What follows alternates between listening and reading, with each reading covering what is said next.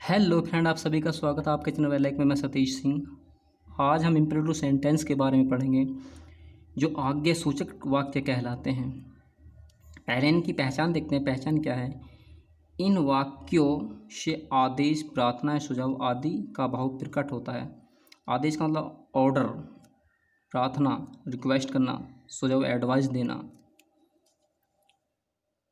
कर्ता छिपा होता है। यह सब्जेक्ट तुम या आप हो सकता है। कर्ता जो हमारा तुम या आप हो सकता है।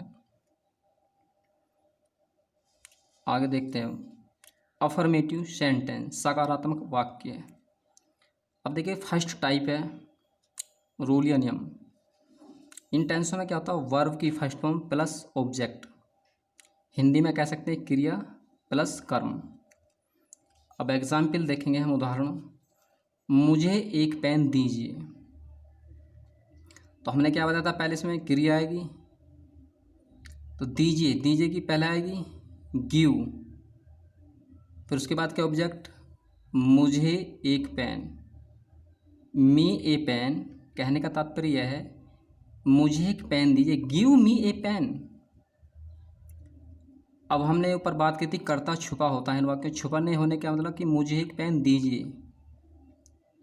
तो किसी से तो उसने कही है कि मुझे एक पेन दीजिए। तो जिस चीज़ से हम बोल रहे हैं कि मुझे एक पेन दीजिए, उसका नाम तो आया नहीं, तो वही एक कर्ता छुपा होता है इसमें, उसे ही बोलते हैं कर्ता छुपा होता है। अब आगे देखते हैं। सदा सत्य बोलो, ऑलवेज स्पीक द ट्रूथ। अब देखो वही हिसाब है, बोलने की आई है पहले, इसमें सदैव की, ऑलवेज, फिर उसके बाद क्या है? सत्य बोलो, तो ऑलवेज स्पीक द ट्रूथ।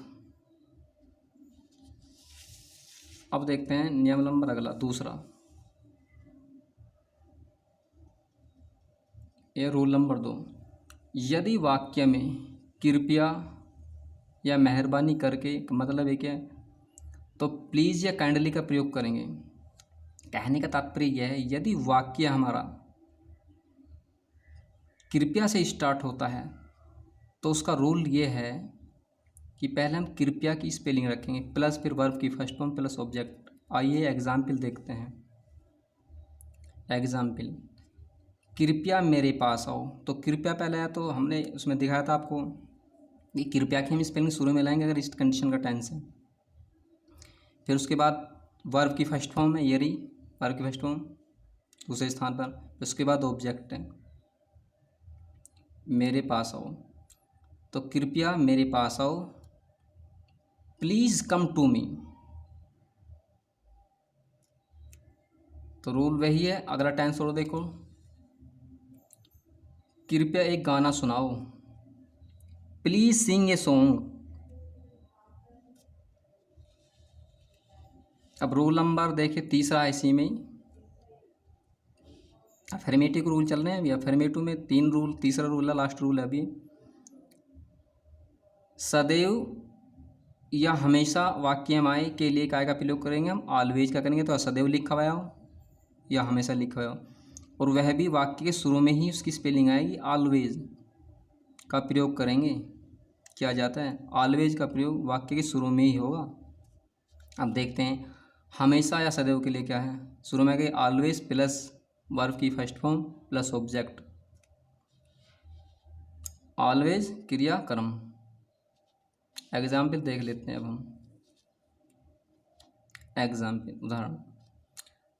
सदैव अपने शिक्षकों का आदर करो। तो सदैव है तो शुरू में ऑलवेज बताई है हमने, फिर उसके बाद का क्रिया आदर करने की रेस्पेक्ट होगी, फिर अपने योर टीचर। सदैव अपने शिक्षकों का आदर को, ऑलवेज रेस्पेक्ट योर टीचर। अब अगले आगे रूल देखते हैं। अगला क्या है हमारा? उसके बाद हम देखते हैं निगेटिव हमारा, इसी का अफर्मेटिव, इसका इम्परेटिव सेंटेंस का निगेटिव। अब देखिए रूल नंबर सेकंड है। टाइप कौन सा? सेकंड है, निगेटिव सेंटेंस या नकारात्मक वाक्य। अब इसमें देखें रूल फर्स्ट। अगर वाक्य में हमें ये मिलता है लिखा हुआ मत के लिए, डू नोट मत के लिए आएगा। कहने का तात्पर्य यह है, इसका रूल क्या है? डू नॉट प्लस वर्ब की फर्स्ट मतलब ऑब्जेक्ट। उदाहरण से हमें पता ज्ञात हो जाएगा। एग्जाम्पल उदाहरण, धूप में मत खेलो। अगर इस टाइप का है कि अगर टेंस वाक्य में आते हैं धूप में मत खेलो, तो मत के लिए हमने क्या रूल लिख रखा है उसके, तो प्लस क्या आएगी, मत की क्या स्पेलिंग है, डू नॉट, प्लस वर्ब की फर्स्ट में प्लस ऑब्जेक्ट। तो हिंदी में क्या, मत क्रिया प्लस कर्म, पहले पे आएगी मत की, फिर उसके बाद क्रिया की दूसरे पे, उसके बाद कर्म तीसरे पे। अब इसमें धूप में मत खेलो, अब क्या आएगी, मत क्या है, मत की क्या, डू नॉट,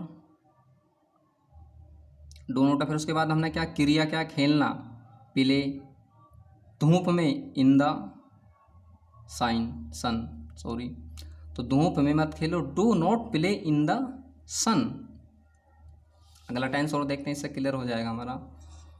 फूल मत तोड़ना, फूल मत तोड़ना, तो मत है फिर, तो हम इसको ऐसा भी लिख देते हैं, डोंट भी बोल देते हैं इसे, कोमा ला के डोंट, DU1 के बाद में कोमा ला, डोंट पे बोलते हैं इसे। यहाँ फुल फॉर्म लिखी हुई है इसकी, डू नॉट या डोंट का मतलब ही डू नॉट ही होता है। तो फूल मत तोड़ो, फिर वही आएगा, तो उसके बाद में मत है तो मत की स्पेलिंग है डोंट है, उसके बाद तोड़ने का आ जाएगी प्लक, फिर उसके बाद फूल है द फ्लावर्स, फूल मत तोड़ो, डोंट प्लक द फ्लावर्स। तो मैंने क्रम लिख दिए इसी वजह से समझ में आ जाए आपकी सभी के, कोई दिक्कत ना आए समझने के लिए। नोट, यदि आप हमारे चैनल पर पहली बार वीडियो देख रहे हैं तो चैनल को अवश्य सब्सक्राइब करें और बगल में घंटी का आइकन पर भी क्लिक करें। धन्यवाद। प्लीज़ रिक्वेस्ट आपसे सब्सक्राइब जरूर करें चैनल को और शेयर और लाइक भी करें। आगे देखते हैं और आगे क्या है, तीसरा,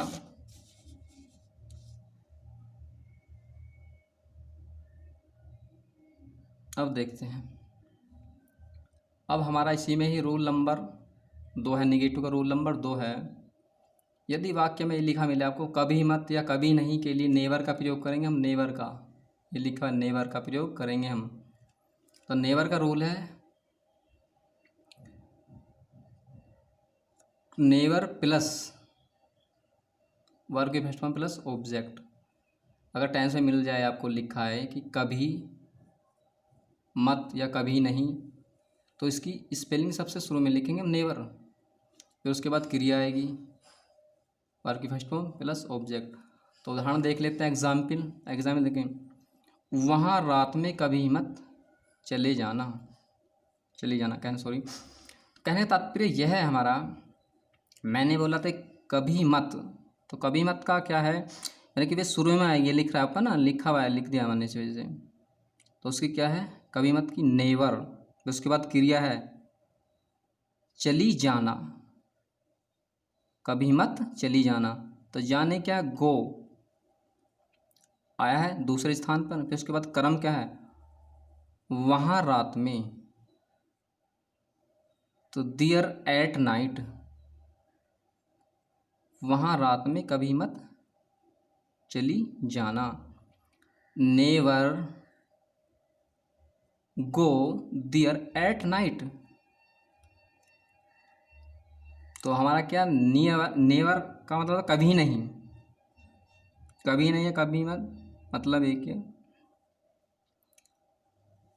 आगे देखते हैं अगला टेंस, झूठ कभी मत बोलो, तो फिर वही रूल है, कभी मत है या कभी नहीं भी मिल सकता, या कभी कभी मत भी मिल सकता लिखा, तो आपके कभी मत है, तो शुरू में फर्स्ट पे क्या आएगी, नेवर आएगा इसकी स्पेलिंग कभी मत की, फिर उसके बाद क्रिया है तो उसमें बोलना और झूठ एक साथ ही आते हैं कि टेल ए लाई, कभी झूठ मत बोलो, नेवर टेल ए लाई।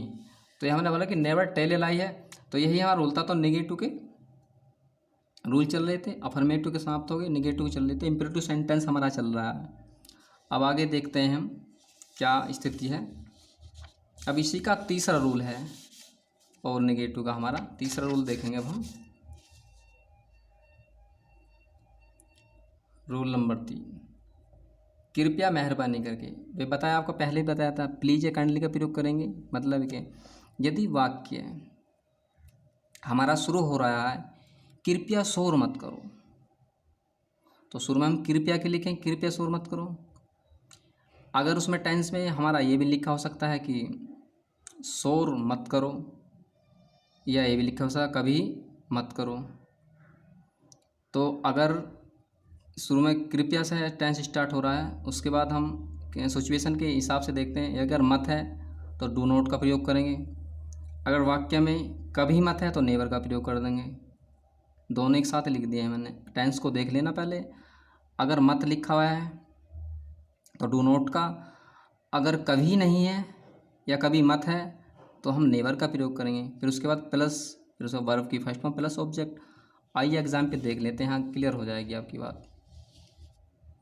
अब टेंस है हमारा, एग्जाम्पल या उदाहरण, कृपया शोर मत करो। तो देखा कि यह क्या है, मत करो। डो नोट का है कि मत करने के लिए ना, डो नोट मत करो। तो फिर हमने बताया था रूल में, आपको पहले बता दिया है क्या आएगी, कृपया प्लीज़। तो ये रहा, please do not make a noise. तो पहले स्थान पे मेरा प्लीज़ की है, रूल में भी लिखा हुआ है। फिर उसके बाद आएगी शोर मत करो, लिख रहा दूसरा नंबर इसका, तो डू नॉट है। उसके बाद क्या, शोर मत करो, तो क्या मेक ए नॉइज एक साथ आती है तीसरे स्थान पर। अब अगला टाइम देख लेते हैं, कृपया मुझे मत छेड़ो। तो please do not touch me, मुझे मत छेड़ो, टच मत करो मुझे।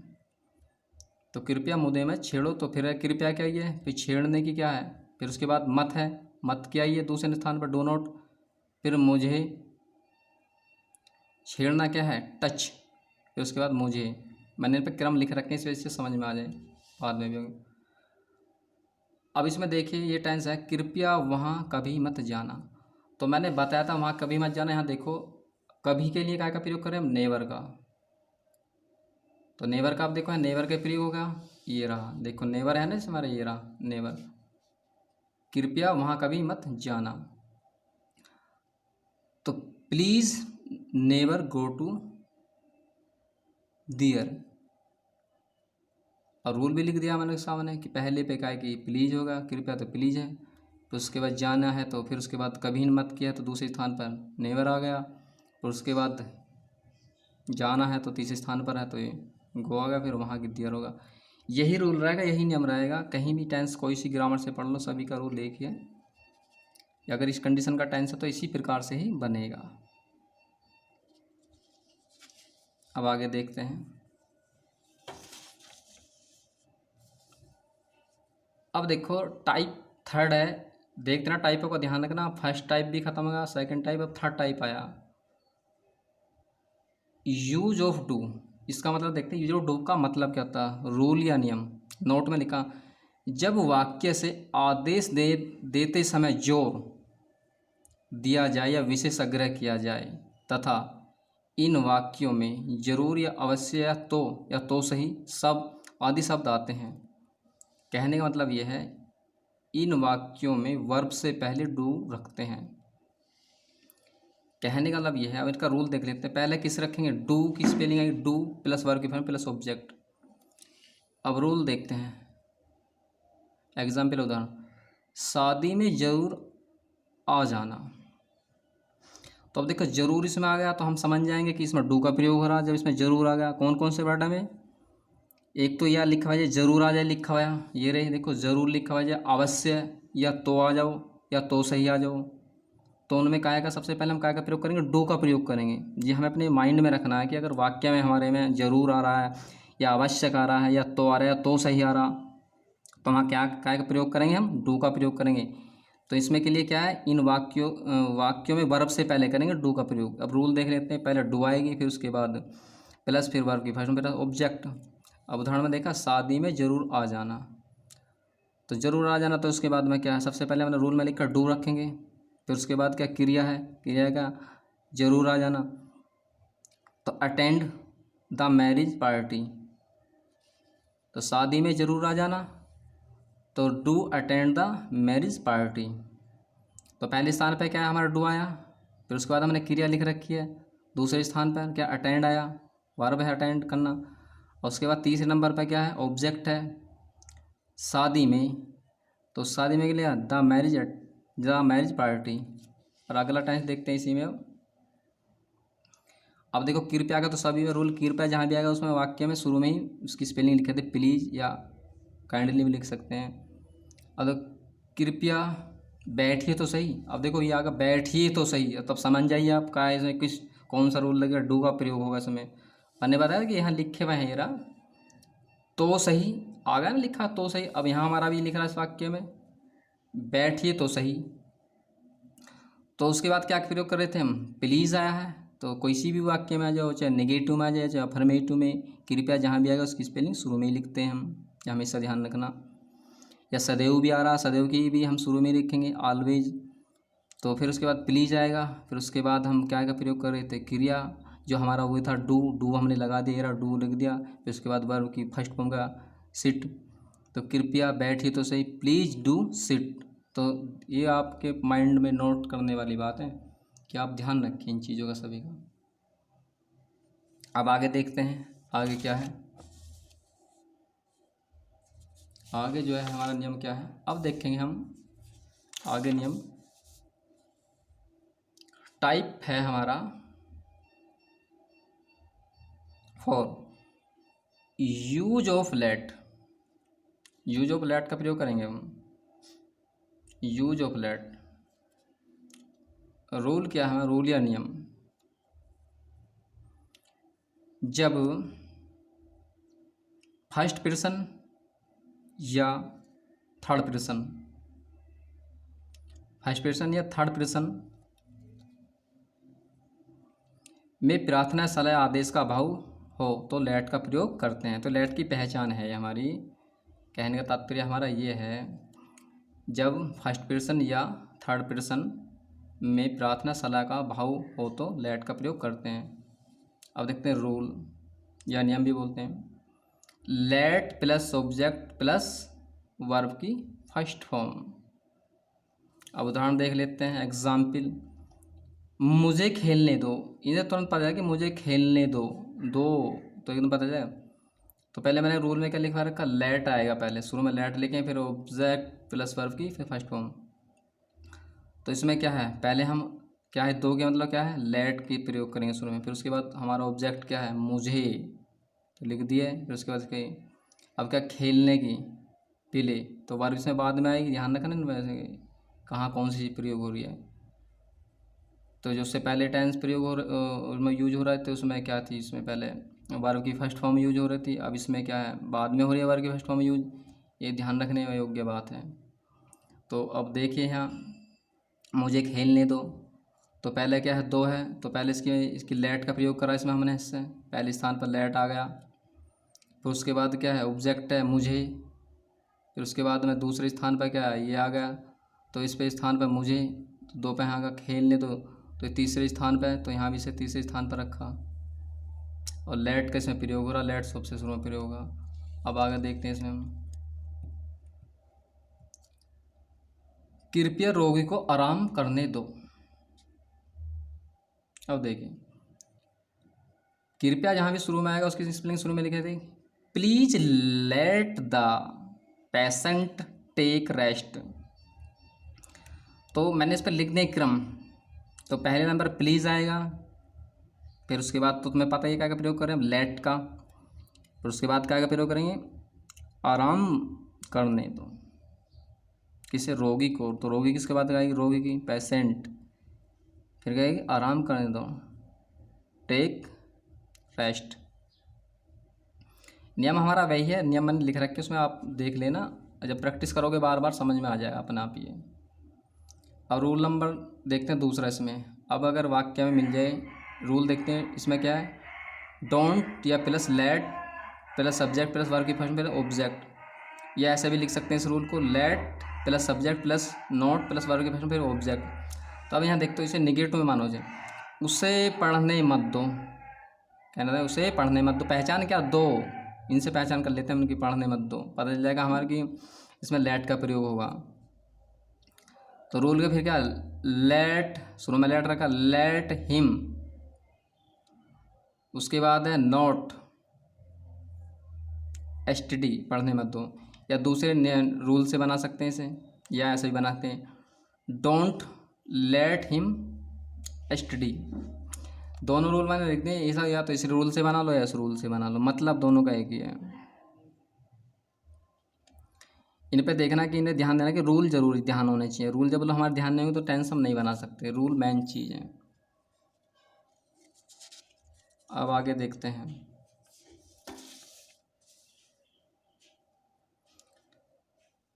टाइप 5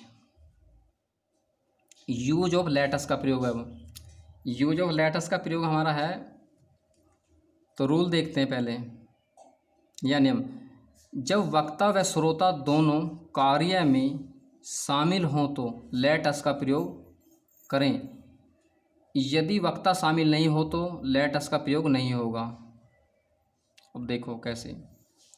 लेटस प्लस वर्ब की फर्स्ट फॉर्म प्लस ऑब्जेक्ट, तो लेटस शुरू में लगाएंगे। इनकी पहचान क्या है, नियम ऊपर लिख दिया, पहचान है ऊपर से बोलते, सिंबल भी बोलते हैं इंग्लिश में पहचान को, या आइडेंटिफिकेशन भी बोलते हैं इंग्लिश में पहचान को। अब यहाँ देखते हैं हमारा यह रूल। एग्जाम्पल है फर्स्ट, आओ अब स्नान कर लें। Let's bath now. आओ अब स्नान, लेटस बाथ नाउ। अगला टाइम देखते हैं, चलो पेप्सी पीते हैं। Let's drink Pepsi. कहने का तात्पर्य ये है कि हमारा जो रूल है, पहले लेटस है, फिर उसके बाद वर्ब की फर्स्ट फॉर्म, फिर ऑब्जेक्ट है। तो आओ अब स्नान करें, तो वे अपने आप को नहीं, उसके साथ और भी होंगे कोई। आप आओ अब स्नान करें। अब यहाँ इसकी एक पॉइंट क्लियर होता है, इस पर ध्यान देना। इसका इम्पोर्टेंट पॉइंट है इसका लेटस के प्रयोग में, इस पर ध्यान देना, इससे क्लियर होगा। इसी का टाइप है लेटस का, इसमें अगर ये नियम है इसका ध्यान रखना। यूज ऑफ लेटस नियम। जब चलो या आओ शब्द के द्वारा किसी कार्य को करने का सुझाव या प्रकट तो लेटस का प्रयोग करेंगे। लेटस प्लस वर्ब की फॉर्म प्लस ऑब्जेक्ट। उदाहरण एग्जाम्पल, चलो पार्क में टहलते हैं। Let's walk in the park. तो रूल में क्या पहले देख लेंगे। अगर टेंस में हमारा आ रहा है कि आओ या चलो मिलेगा, शुरू में लिखा है, इनकी पहचान है कि आओ या चलो।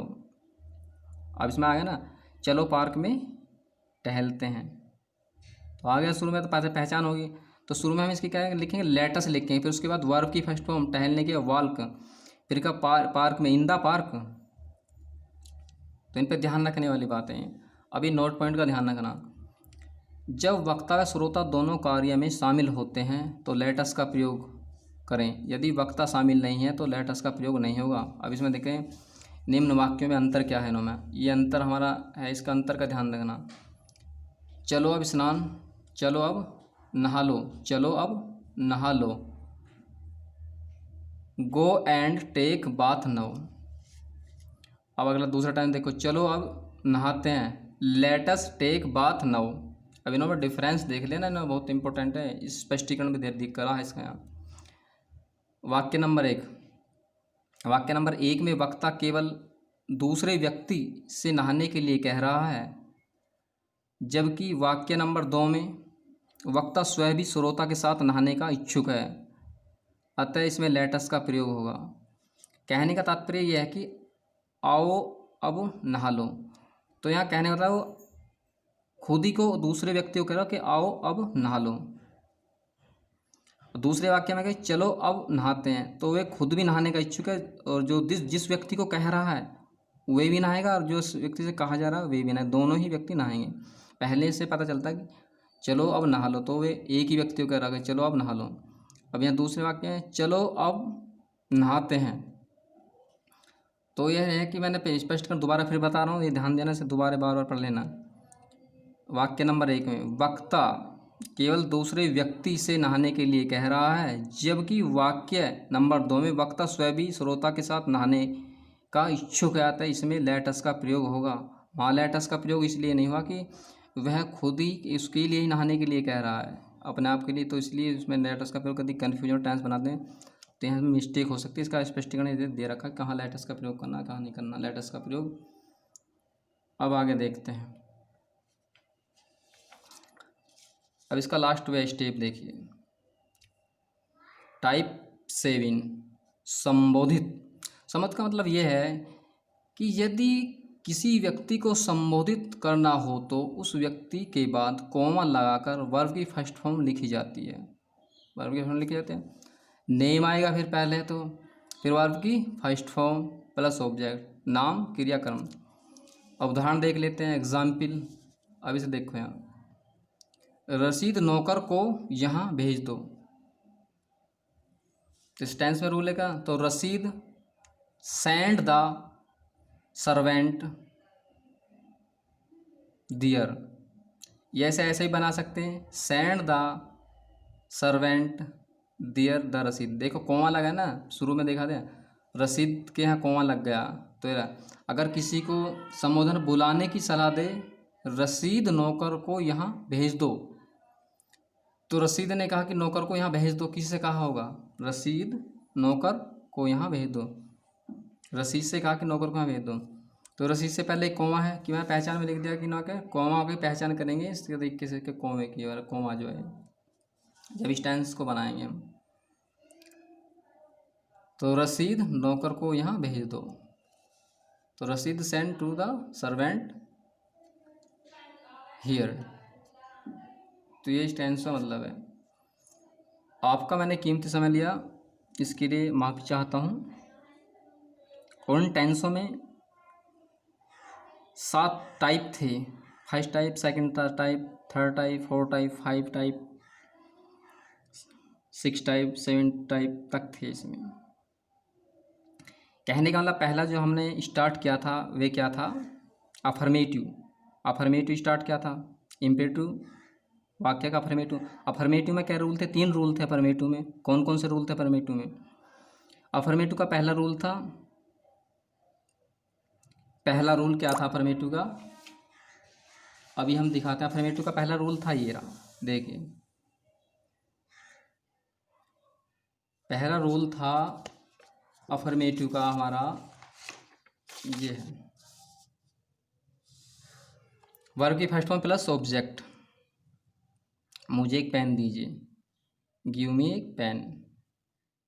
तो ध्यान रखना कि फर्स्ट रूल में क्या था, इसमें इम्परेटिव में क्या रूल आए थे, फर्स्ट टाइप में अफर्मेटिव में 3 रूल थे। फिर उसके बाद नेगेटिव, नेगेटिव में भी 3 रूल थे। फिर उसके बाद क्या आया, उसके बाद फिर